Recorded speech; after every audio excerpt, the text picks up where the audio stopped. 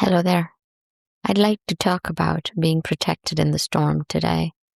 Christians talk a lot about spiritual warfare and how Satan attacks us.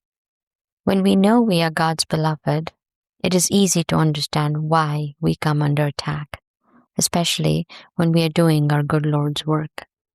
Recently, while praying for a dear friend who is going through a rough patch and hoping that her faith is keeping her strong, I was struck by the realization that no matter how spent, tired, or afraid we are when going through tough times, we are still safe.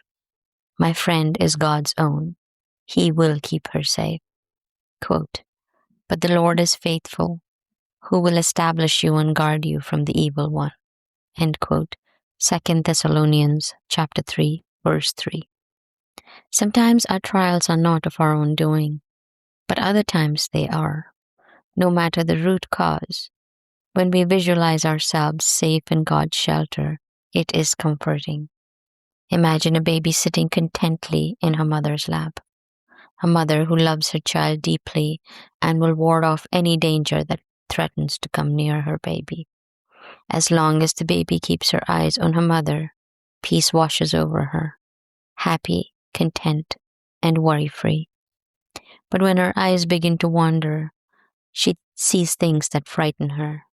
The moment she cries out, her mother is there. Comfort is immediate. The danger is averted.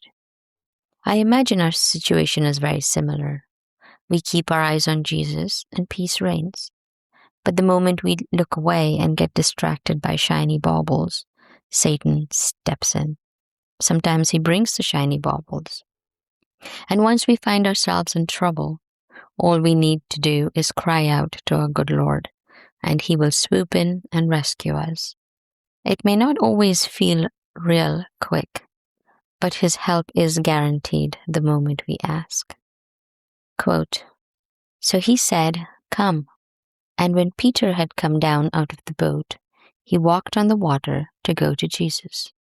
But when he saw that the wind was boisterous, he was afraid and began to sink. He cried out, saying, 'Lord, save me.' And immediately Jesus stretched out his hand and caught him and said to him, 'O you of little faith, why do you doubt?' And when they got into the boat, the wind ceased." End quote. Matthew chapter 14, verses 29 through 32. There are countless stories I can share about starting out with my eyes firmly on Jesus, only to be distracted by whatever trinket the world threw at me. Whether it was a responsibility, an escape from responsibility, a lure of a shortcut, name it. Sometimes it feels like it is too late. You watch it happen in slow motion, sinking fast before you can stop it. A few years ago, I found myself getting drawn into the company of a person who had strayed from her walk with Jesus. I thought I could influence her back onto the narrow path. I spent a reasonable amount of time with her, and before I even knew it, we were doing things that took me away from what I should have been doing. More time socializing over wine, more gossiping, and less time on activities that would have kept me grounded.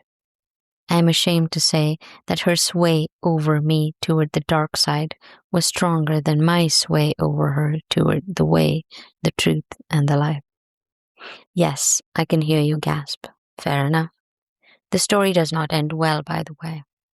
When I realized that my weekends and weeknights were being sabotaged, I decided to call it quits. What I uncovered was a banshee. She flew into a violent rant, spun up stories about me, and caused me a great deal of anguish, leaving me to clean up lies and false accusations she lobbed at me. Talk about sinking in a storm. It took many months to recover from the damage. I was prepared to never make another single friend, but God had other plans. He healed me, taught me discernment, and put me back on the path to making friends and trusting others, all while that work remains beautifully in progress. Jehovah Rapha, the God that heals. Here I am, hoping never to take my eyes off Jesus again, but knowing that I will someday, and He will rescue me anyway. If you are going through a storm today, keep your eyes on Him and trust that He will reach out His hand and put you back in that boat. God bless you. Dear God, thank you for providing me the comfort of your protection. Please teach me to run every thought and action by you so that I may be obedient and work toward glorifying you. I pray in your precious name, Jesus. Amen.